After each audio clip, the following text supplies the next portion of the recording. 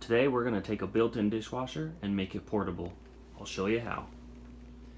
My wife and I were in need of a new dishwasher, and we could not find a portable one that fit our budget, so I was able to find a built-in one and decided to try to make it portable.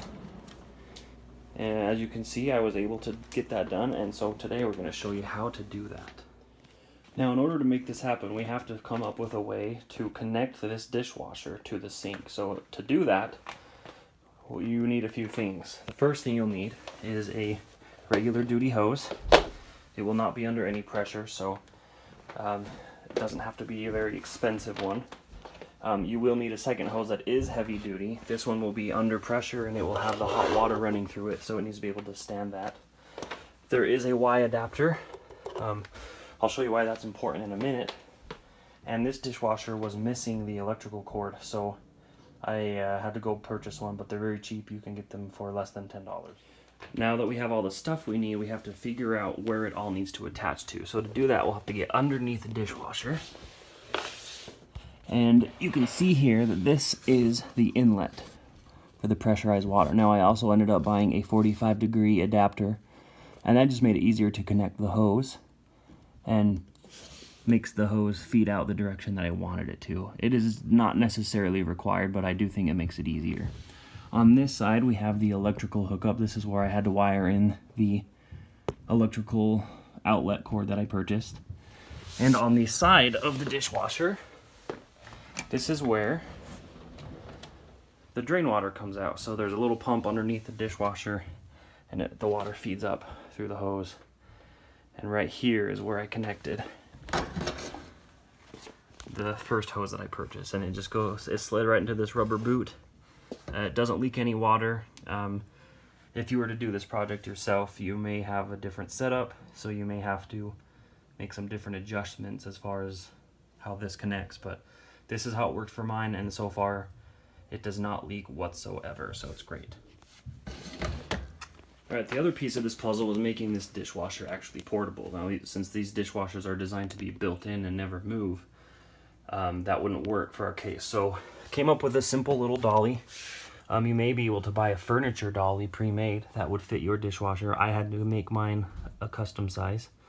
So just 4 casters and some 2x4s that are held together with glue and pocket holes. And it works great. One thing to keep in mind is that this is raising the center of gravity on your dishwasher, so it can tip over easier. So keep that in mind. But I have had no problems with mine. Alright, going back to the heavy duty hose. This hose came 50 feet long, so I cut it down. I don't need one that long. And I think it is important to cut them down to the right size. Otherwise, the pumps that are built into the dishwasher can't. I just don't think they have the strength to pump the water through quite that much hose. So, especially the drain hose. The pump under there is not the world's biggest pump. And so the drain hose I also cut down to a shorter length. And I am considering making them even shorter than I currently have them. The other thing I wanted to talk about is this Y adapter right here. Now you can see, since I cut the hose down shorter, I ended up adding this fitting. This Y adapter is important because this is the one that will hook to your sink. You'll screw it onto the sink, and it works great. But when you have the water turned on and you're ready to disconnect, you're going to have all this water pressure in your hose. Even if you turn the water off, there's still a lot of pressure built up in the hose.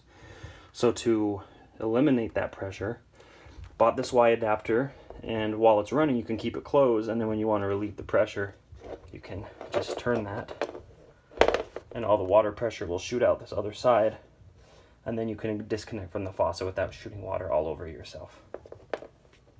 Alright, now in order to hook this up to the sink, I did end up buying a little adapter that just went from a faucet adapter to a hose adapter.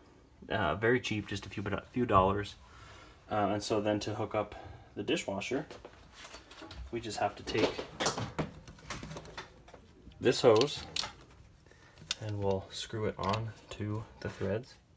Alright, now once it's hooked up, we can turn on the water.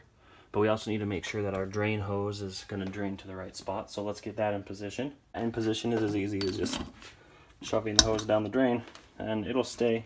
Sometimes I'll wrap it around the back of the faucet just to give it a little bit of extra stability. And then the last step will be to turn on the dishwasher. Now if I turn on the water, I've got this valve off, so all the water is going down into this hose. This is why we had a heavy duty hose, because it's going to be under pressure and it's got the hot water going through it.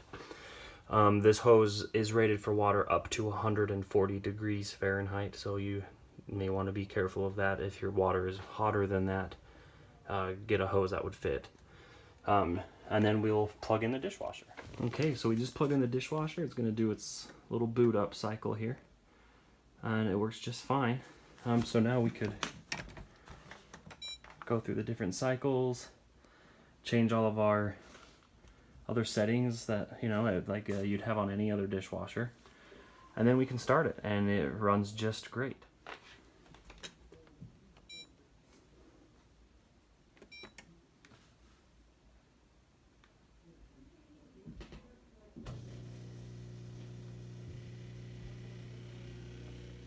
Okay, and then once the cycle is done, we would want to disconnect it without shooting water all over the place. So we would turn the water off, and then we can relieve the pressure by opening this Y valve.